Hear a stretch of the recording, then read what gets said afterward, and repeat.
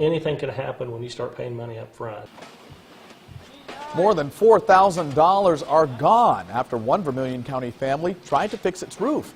Good evening to you, and thank you for joining us for News 10 on My Fox 10. According to the Vermilion County Sheriff's Office, the family asked Charles Richardson III to redo the roof on the house. After they paid him a down payment, the family says they never saw the work done and couldn't get a response.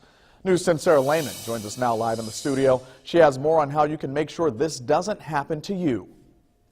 Rondra, the Vermilion County Sheriff says the interaction seemed normal, like any other business transaction would go. But once the family paid the down payment of more than $4,000, that's when things took a turn. It started out as a conversation over Facebook.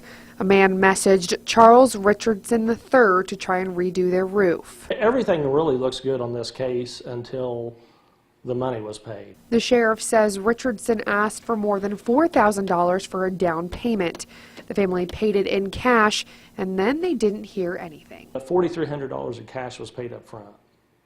That's where everything gets a little bit iffy, if you ask me, and I always encourage people to, unless you know that person really well, you absolutely trust them with anything, I do not encourage anybody to pay anything up front.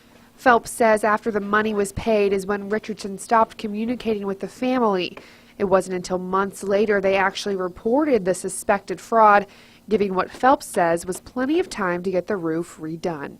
There was a lag in conversation. He wasn't answering him back. I mean, from July to September, he finally, the very last thing he did was, hey, just give me my money back.